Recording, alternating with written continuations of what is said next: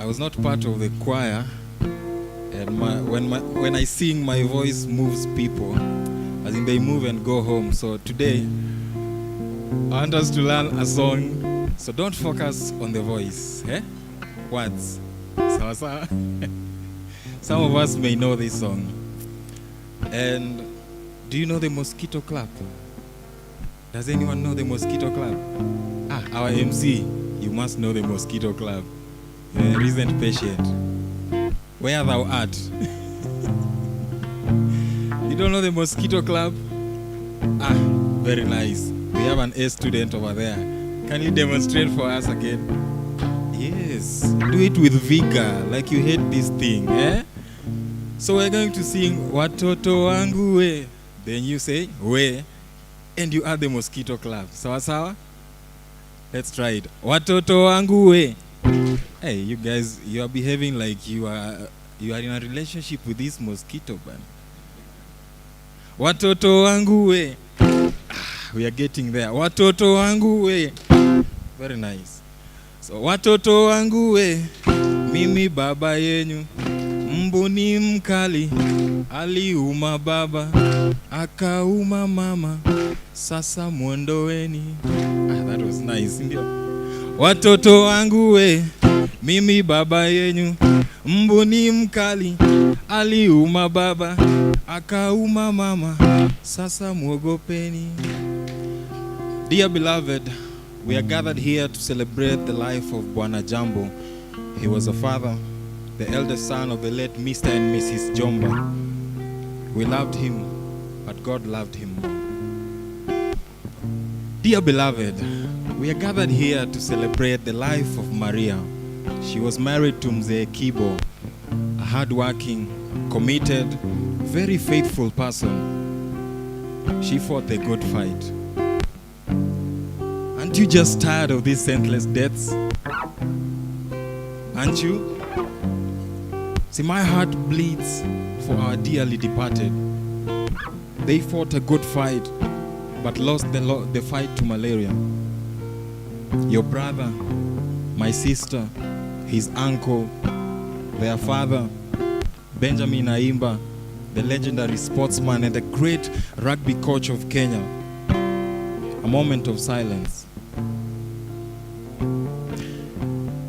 In Lugulu village, a 2-year-old boy wakes in the dead of night calling out to his parent. His mother lays her palm on his forehead and it's burning up. She applies a wet cloth on his forehead and sings to him until he's fast asleep again. 3 days later, the fever doesn't go down.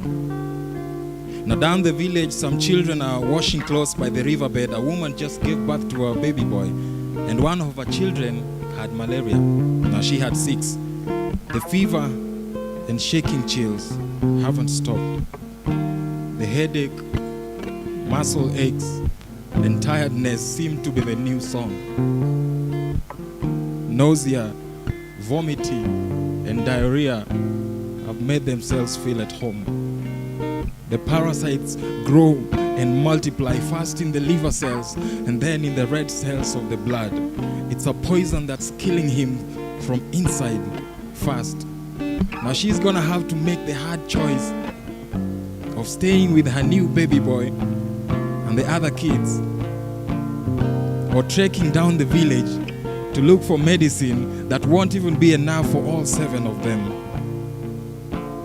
Watoto wangu we, mimi baba yenyu, mbuni mkali, aliuma baba, akamuma mama, sasa mwondoweni. Now let's talk numbers. The 96% of malaria cases globally are in Africa. Wacha tuilete nyumbani sasa. 100% of Kenyans are at risk of getting malaria, and 80% of lives lost are children under 5 years. Translation, every single minute a child dies of malaria. We fanya hesabu. How many hours have you been here since you left home? Many, sindio? And how many minutes are those? Now that's the number of children that have died today so far. A moment of silence.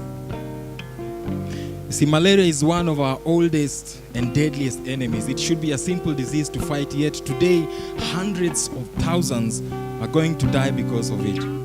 This deadly disease is stealing young futures and claiming lives every single day. It has defeated more armies than army generals, and it's not visible to the naked eye. From migrations to wars, politics to poverty, malaria continues to disrupt the normal lives in profound ways. And despite historic progress, the fight is far from over.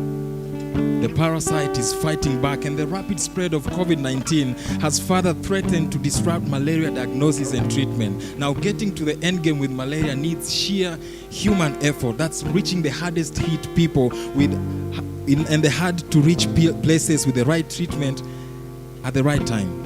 Now, investing in the fight has led to some of the greatest health success stories, just as Daktari has highlighted.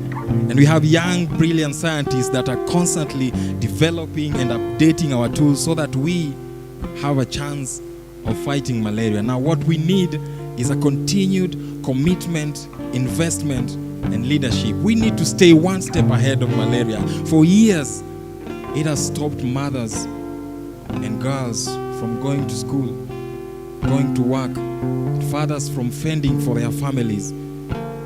Now, we can't let this malaria take our future, can we? We can't let this malaria take our future, can we? No, we can't. Hii vita ni ya kila mmoja wetu. Sisi kwa sisi, makasisi, taasisi, bodaboda, mama mboga, sisi wote. Hii vita ni ya kila mmoja wetu. Juu vifaa tunavyo. The tools are in our hands. We have bed nets, we have testing and treatment, and even we have vaccines.